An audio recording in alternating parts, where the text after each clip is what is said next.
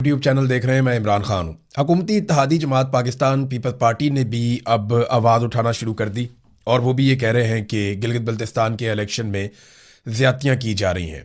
देखें, वो चीज़ों को रिकॉर्ड पे रखना चाहते हैं। मैंने इससे पहले आपको दिखाया था और ये आप दोबारा देख लीजिए तस्वीर। ये जब गिलगित बल्तिस्तान का इलेक्शन हुआ था इमरान खान साहब के दौरे हुकूमत में, तो पाकिस्तान पीपल्स पार्टी और PMLN को कितनी आज़ादी थी। आप ज़रा इसको देख लीजिए। कुछ टाउट्स बैठे हुए हैं टीवी चैनल्स के ऊपर और वो इमरान खान साहब के बोगस में मुब्तला कुछ सहाफ़ी भी हैं।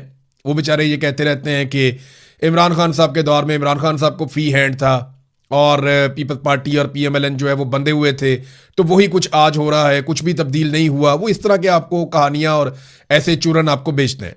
लेकिन हकायक ये है कि इमरान खान साहब के दौरे हुकूमत में लगभग सारे ज़िमनी इलेक्शन इमरान खान साहब हार गए थे। अगर वो अपनी ताकत इस्तेमाल करते या हुकूमती वसाइल इस्तेमाल करते या एस्टेब्लिशमेंट के साथ मिलकर दो नंबरी करते तो इमरान खान साहब वो ज़िमनी इलेक्शन जीत सकते थे। लेकिन इमरान खान साहब ने ज़िमनी इंतखाबात पे असरअंदाज होने की कोशिश नहीं की। ना ही वो गिलगित बल्तिस्तान और कश्मीर के जो इंतखाबात हैं उसके ऊपर असरअंदाज हुए। नॉर्मली वहाँ पे हुकूमतें जीत जाती हैं, लेकिन अब मिलिट्री एस्टेब्लिशमेंट की बेजा मुदाखलत की वजह से इस इलेक्शन में सूरत हाल थोड़ी सी मुख्तलिफ है। ये गिलगित बल्तिस्तान में जब पिछली मरतबा इलेक्शन हुए इमरान खान साहब के दौरे हुकूमत में, तो मरियम नवाज और बिलावल देखें कैसे कुल्ले फिर रहे थे। वहाँ पे फैंसी ड्रेस शो चल रहा था, फुल इंजॉयमेंट चल रही थी, पूरा प्रोटोकॉल मिल रहा था। लेकिन आज पाकिस्तान तहरीक इंसाफ के साथ क्या हो रहा है, ये जो सहाफ़ी, दानिश्वर या टाउट्स, ये जो लोग भी इसको एक साथ दिखाने की कोशिश करते हैं ना कि जनाब जो पीपल्स पार्टी और PMLN के साथ हुआ वही आज PTI के साथ हो रहा है गिलगित बल्तिस्तान के इलेक्शन में या कश्मीर के इलेक्शन में, ये आपको धोखा दे रहे हैं और ये मुनाफकत कर रहे हैं। ऐसा नहीं था। कम से कम कंपेन करने की इजाज़त थी, जाने आने की इजाज़त थी, रास्ते खुले हुए थे, वो अपनी तकरीर कर सकते थे, अपने झंडे उठा सकते थे, वो अपना काम कर सकते थे। जो उनकी पॉलिटिक्स है उन्होंने अपने मुताबिक की। लेकिन इमरान खान साहब की पार्टी को उन सारी चीज़ों की भी इजाज़त नहीं है। मैं फिर आपको याद दिलाऊं कि इमरान खान साहब अपने दौरे हुकूमत में तमाम ज़िमनी इंतखाबात हार रहे थे और वो अगर असरअंदाज होते तो उन ज़िमनी इंतखाबात को जीतना किसी भी हुकूमत के लिए कोई मुश्किल काम नहीं होता। आजकल आप देख भी रहे हैं कि इंतहाई गैर मकबूल होने के बावजूद मौजूदा हुक्मरान अपने ज़िमनी इंतखाबात में कैसे फार्म 47 हासिल कर लेते हैं। अब पीपल्स पार्टी भी बोलना शुरू हो गई। उन्होंने कहा जी जो पंजाब पुलिस तैनात की गई है गिलगित बल्तिस्तान के इलेक्शन में, इससे मकामी लोगों को तहफ़्फ़ुज़ात हैं। वो ये सोचने पे मजबूर है कि हमारे साथ ज्यादती क्यों हो रही है और हमारा हक क्यों छीना जा रहा है। लोग सवालात उठा रहे हैं।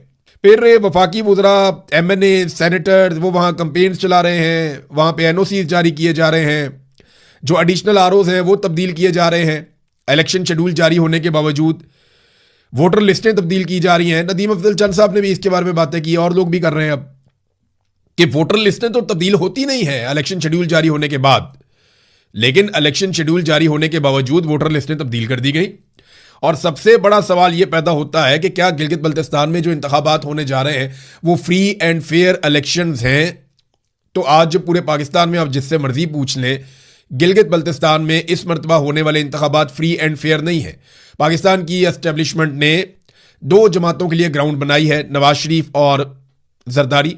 इन दोनों की पार्टियों को मौका दिया इलेक्शन लड़ने का और इनके बीच में ही वो हुकूमत की बंदरबांट करने वाले हैं। आखिरी जो रुकावट है इनके रास्ते में वो वोटर है, अवाम है। उस रुकावट को दूर करने की कोशिश कर रहे हैं। इंतखाबी निशान तक बार बार तब्दील किए जा रहे हैं। यहाँ पे एक उम्मीदवार है और उन्होंने, वो बेचारे बता रहे हैं जिला गदर से, वो ये बताते हैं नवाज खान नाजी, वो ये कहते हैं जनाब के पहले एक निशान दिया फिर दूसरा निशान। इस तरह की शिकायतें आ रही हैं और भी लोग बेचारे करते रहते हैं ऐसी शिकायतें। इससे मिलती जुलती बहुत शिकायतें इलेक्शन कमीशन की जानिब से आ रही हैं। तो जनाब वो कहते हैं पहले एक इंतखाबी निशान दिया फिर तब्दील कर दिया, अब दोबारा तब्दील कर रहे हैं। तो वो बिल्कुल इलेक्शन सर पे है। एक उम्मीदवार को वो इतने लंबे चौड़े दूर दराज के इलाके हैं वहां पे जाकर एक लोगों को बताना कि ये मेरा निशान है, वहां से आप अगले इलाके में चले जाते हैं। अब आप वापस जाके बार बार तो नहीं बता सकते ये मेरा निशान है। वो गरीब लोग हैं, वहां पे कंपेन भी वैसे नहीं होती, तो लोग गलत निशान के ऊपर अपना ठप्पा लगा देंगे तो वो तो एक गलती हो जाएगी। बहरहाल इस किस्म की चीज़ें वहाँ पे बिल्कुल नॉर्मलाइज कर दी गई हैं और ये तस्वीरें आप देखते रहें और याद रखें कि इमरान खान साहब के दौर में खुली आज़ादी थी बिलावल को और मरियम को, और इन्होंने शानदार कंपेन की थी पूरे प्रोटोकॉल के साथ। कैप्टन सफदर पता नहीं किसकी तरफ से इलेक्शन लड़ रहे हैं, जाते तो वो नून लीग के जलसों में है, लेकिन बदवाएं वो पीपल्स पार्टी और नून लीग को देते हैं। कैप्टन सफदर ने अभी एक जलसे में बदवा दी। उन्होंने कहा जी कि या अल्लाह, जो लोग अवाम का पैसा खाते हैं उनको इस दुनिया में भी जलील कर और आखिरत में भी उनकी नस्लों को तबाह कर दे, जो हमारी नस्लों को आगे नहीं बढ़ने देते।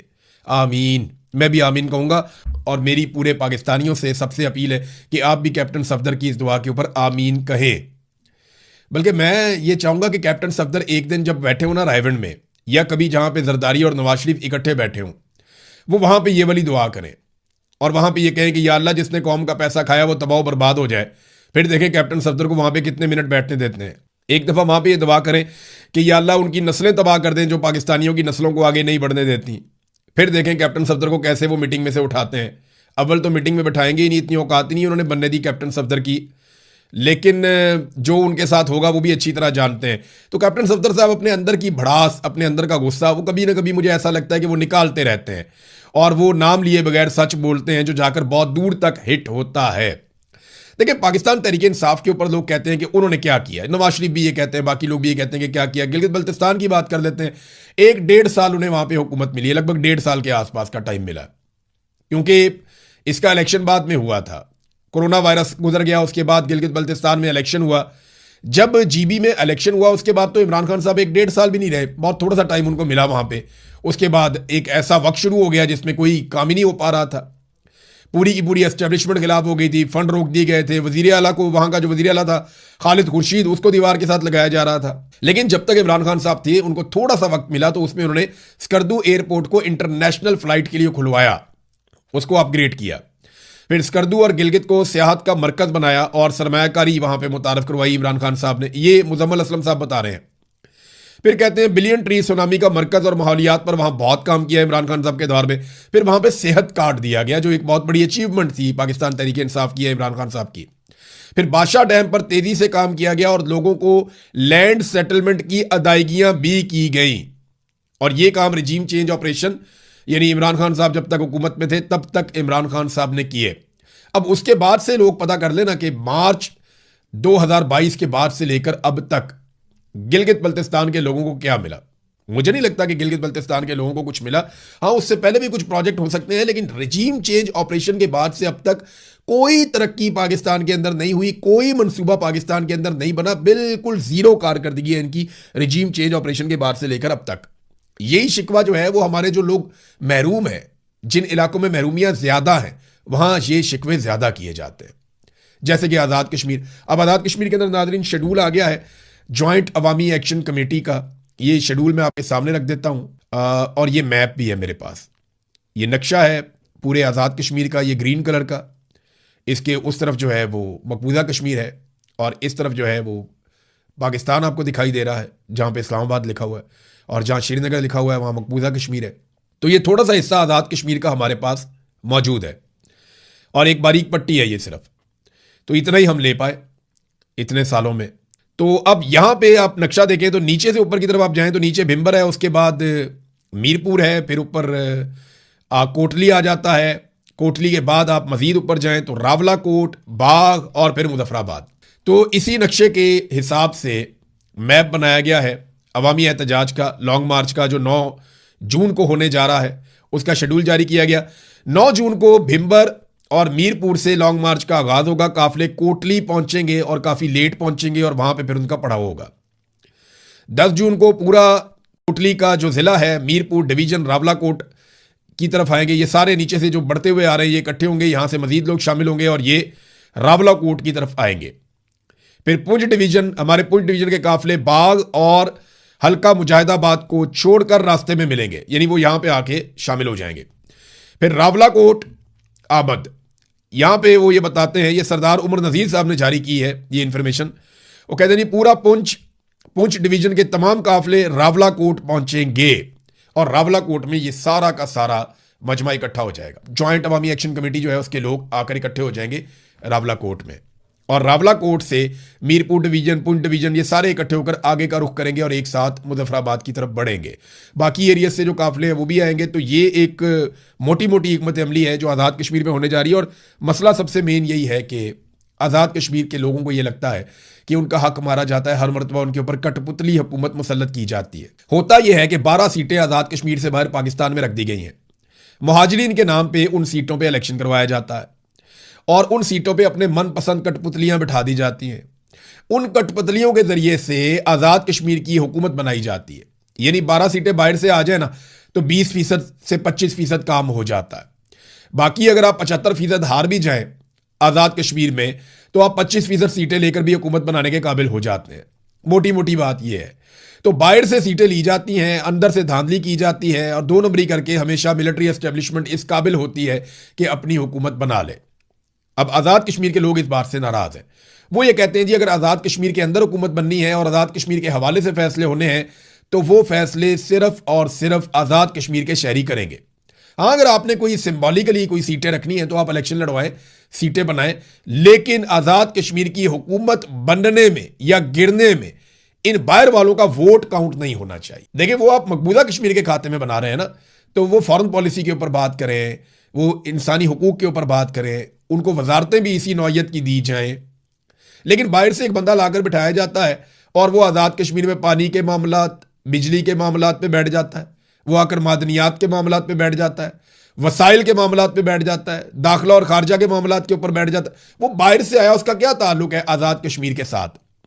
तो ये जोर जबरदस्ती की जाती है जिसके खिलाफ आज़ाद कश्मीर के लोग आवाज उठा रहे हैं। सबसे मेन बात है कि वो कहते हैं इन 12 सीटों को खत्म कर दें या कम से कम हमें ये कमिटमेंट दें कि ये 12 लोगों का आज़ाद कश्मीर की हुकूमत बनाने में या गिराने में कोई किरदार नहीं होगा। आज़ाद कश्मीर के लोग अपनी हुकूमत का फैसला खुद करेंगे जैसे जमहूरियत में होता है।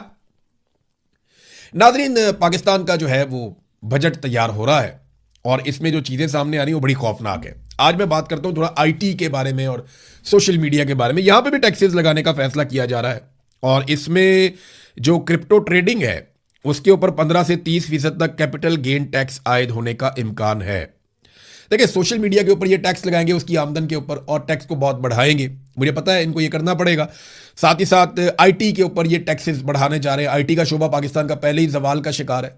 इंडिया जो है वो सैकड़ों अरब कमाता है, डॉलर्स में बता रहा हूं मैं आपको, वो इतना पैसा कमाता है आईटी के शोबे में, पूरी दुनिया से वो माल लपेट के ले जाता है। पाकिस्तान नहीं कर पाता, बदकिस्मती है पाकिस्तान की। और पाकिस्तान अगर थोड़ा बहुत कर रहा है तो अब ये बहुत बड़े बड़े टैक्सेस लगा के पाकिस्तान को इस शोबे में पीछे धकेलने वाले हैं। लेकिन लोग करेंगे क्या? आईटी वाले लड़के आजकल क्या करते हैं, जितने लड़के लड़कियां आईटी में काम कर रहे हैं वो बड़े आराम से पाकिस्तान से बाहर किसी ऐसे मुल्क में अकाउंट बना लेते हैं जहां पे टैक्सेस कम है। देखें ना, जब आप पाकिस्तान के अंदर बड़े इनसेन किस्म के, अजीबोगरीब, बहुत ह्यूज किस्म के आप टैक्सेस लगा देंगे तो पाकिस्तान में तो नौजवान इस वक्त रहना भी नहीं चाहते। जो आपने पाकिस्तान की हालत कर दी है, अमनो अमान वहां पर नहीं है, सहूलियात वहां पर नहीं है, बुनियादी इंसानी हकूक वहां पर नहीं है। फिर लोगों को आपने डराया और धमकाया हुआ है, एक जेल के अंदर लगभग आपने कन्वर्ट कर दिया एक कंट्री को। तो नौजवान पाकिस्तान में रहना नहीं चाहता, उसे घबराहट होती है पाकिस्तान में। तो अब उनके पास बड़ा आसान तरीका यह है कि ऑनलाइन बैंक अकाउंट्स बन जाते हैं पूरी दुनिया में। आप अमेरिका में बना लें, यूरोप में बना लें, गल्फ में बना लें और बहुत सारे और ऐसे हेवन्स हैं, ऐसी जगह जहां पे नौजवान बड़े आराम से अपने अकाउंट्स बना लेते हैं ऑनलाइन। अब उनकी पेमेंट उन अकाउंटों में आती है बजाय इसके कि वो पेमेंट पाकिस्तान में आए। पाकिस्तान में भी वो काम करते हैं तो वीपीएन लगा के काम करते हैं। यहां तो इंटरनेट की फैसिलिटी भी उनको बेचारों को बड़ी मुश्किल से मिलती है। तो वो जितनी उनकी इनकम होती है बजाय कि वो सारी इनकम पाकिस्तान में आए, वो इनकम ऐसे मुल्कों में जाती है जहां पे टैक्सेस मुनासिब है। अब पाकिस्तान को यह बात समझनी चाहिए कि ज्यादा पैसा पाकिस्तान में आएगा, पाकिस्तान के बैंकों में आएगा, पाकिस्तान में पड़ा रहेगा तो पाकिस्तान को फायदा होगा। आप उसके ऊपर टैक्स नहीं भी लेंगे तो पाकिस्तान को फायदा होगा, कम टैक्स लेंगे फिर भी पाकिस्तान को फायदा होगा। लेकिन अगर आप भारी भारी टैक्सेस लेंगे तो ये पैसा पाकिस्तान में आएगा ही नहीं। लोगों के पास दूसरा ऑप्शन है, वो पैसा पाकिस्तान से बाहर कहीं रख लेंगे और अपनी जरूरत का थोड़ा बहुत पैसा पाकिस्तान में मंगा लिया करेंगे। फिर आप क्या करेंगे? और इसी वजह से हुंडी का कारोबार जो है वो तरक्की पाता है। बाहर से लोग पैसा पाकिस्तान में हुंडियां कर करके मंगाते हैं, वो टैक्स बचाते हैं अपना। तो पाकिस्तान की हुकूमत को समझ नहीं आ रही कि आगे बढ़ना कैसे है। ये जो फॉर्मूला है ना, ये सादा सादा आप समझ लें फौजी टाइप का फॉर्मूला है कि जनाब लोगों को दबाओ, लोगों से टैक्सेस निकालो, लोगों को डंडे मारो, लोगों को गोलियां मारो, लोगों को काबू करो, लोगों को बूटों के नीचे दबा के रखो। इससे मुल्क नहीं चलते। मुल्क पॉलिसी के साथ चलते हैं। आप लोगों को सहूलियात देते हैं, आप लोगों को फैसिलिटेट करते हैं, फिर लोग पैसा पाकिस्तान में लेकर आते हैं, अपने मुल्क के अंदर लेकर आते हैं। वो पैसा मुल्क के आगे बढ़ने की वजह बनता है। आप टैक्सेस ले रहे हैं या आप ले रहे हैं उधार, पूरी दुनिया से उधार ले लेकर तबाही फेर दी। बहरहाल जो पैसा आ रहा है उसको भी ऐसा लगता है लात मारने जा रहे हैं। इन्होंने नारे मारे थे नादरीन के बिजली हमने सस्ती कर दी है। आप सुने ना वफाकी वजीर को जो तवानाई के हैं, जिन्हें आजकल अवार्ड भी मिल रहे हैं, वो दावा करते हैं बार बार जनाब कि हमने बिजली सस्ती कर दी, पिछले साल की निस्बत सस्ती है। लेकिन ये सरकारी आदादोशुमार है, सनाउल्लाह खान साहब ने भी शेयर किए हैं, बड़े अच्छे जर्नलिस्ट हैं। तो ये जो सरकारी आदादोशुमार हैं, ये क्या बता रहे हैं? ये सरकारी आदादोशुमार बता रहे हैं कि गुज़िश्ता साल मई के मुकाबले में मौजूदा साल मई में, यानी 2025 के मई के मुकाबले में 2026 के मई में जो पाकिस्तानियों ने बिजली खरीदी वो 36.47% महंगी हुई है। यानी लगभग पाकिस्तान की बिजली 36-37% के दरमियान महंगी हो गई पिछले मई के मुकाबले में इस मई में। तो ये कैसे दावा कर सकते हैं कि पाकिस्तानियों को बिजली मादी की निस्बत सस्ती मिली है? लोगों को बेवकूफ समझते हैं, झूठ बोलते हैं और फ्रॉड करते हैं। तो ये फ्रॉड ज्यादा देर तक चलेगा नहीं। नाज़रीन, एक चीज मैं आपको और बताऊं, नवाज शरीफ साहब क्योंकि इलेक्शन लड़ने गए हुए हैं गिलगित बल्तिस्तान में, बड़े लंबे अरसे के बाद उनकी पॉलिटिकल लॉन्चिंग हुई है। इससे पहले उन्हें लाया गया था और उन्हें लॉन्च किया गया था जब उन्होंने कबूतर उड़ाए और उनके तोते उड़ गए। यास्मीन राशिद ने जेल से बैठकर उनको आज इबरतनाक शिकस्त दी। नवाज शरीफ को बदतरीन शिकस्त हुई, पूरे खानदान को शिकस्त हुई, लेकिन उसके बाद जूते पॉलिश करके ये लोग इक़्तिदार में आ गए। अब नवाज शरीफ साहब आउटडेटेड बातें कर रहे हैं, वो बातें कर रहे हैं जो वो आज से 7-8 साल 9 साल पहले करते थे। मुझे क्यों निकाला, मुझे क्यों जाने दिया। मियाँ साहब, गिला शिकवा आपका गिलगित बल्तिस्तान के लोगों से बनता ही नहीं है, बल्कि पाकिस्तानियों का मियाँ साहब आपसे गिला शिकवा बनता है कि आपने हमेशा पाकिस्तानियों को ट्रक की बत्ती दिखाई कि जनाब मैं इनकलाब लेकर आ रहा हूं, और पतली गली से आप आराम से किसी जहाज पे बैठ के निकल गए डील करके। आपने हमेशा कौम को इनकलाब के पीछे लगाकर खुद पतली गली पकड़ी और हमेशा पाकिस्तान से बाहर आप चले गए। लोगों को कहा इनकलाब लेकर आओ और खुद आप डील करके बाहर चले जाते। आपने हमेशा यही किया मियाँ साहब लोगों के साथ। अब मियाँ साहब की सियासत जो है ना, इसके बारे में मियाँ साहब के अपने साथी, उनके अपने हमदर्द, वो मीडिया वाले जो मियाँ साहब से बहुत प्यार करते हैं, वो लोग भी मियाँ साहब पे तनकीद कर रहे हैं और उनको मियाँ साहब की बॉडी लैंग्वेज हारे हुए शख्स की बॉडी लैंग्वेज दिखाई दे रही है। मियाँ साहब जीबी में अपनी मायूसी साथ लेकर गए हैं और उनके पास अवाम को दिखाने के लिए और बताने के लिए कुछ भी नहीं है। जो तबाही उनकी सरकार ने फेर दी है, उनकी बेटी ने, उनके भाई ने जो तबाही फेरी है पंजाब में और वफाक में, उसके बाद वो लोगों से कोई क्लेम नहीं कर सकते, लोगों को कह नहीं सकते कि हमने ये कर दिया, हम ये मजीद कर देंगे। तो बहुत बुरी हालत है। इस वक्त नवाज शरीफ जो है वो बिलावल से भी बुरा परफॉर्म कर रहे हैं, और बिलावल निस्बतन बेहतर इसलिए परफॉर्म कर रहा है कि पीटीआई है ही नहीं, मैदान से ही बाहर है।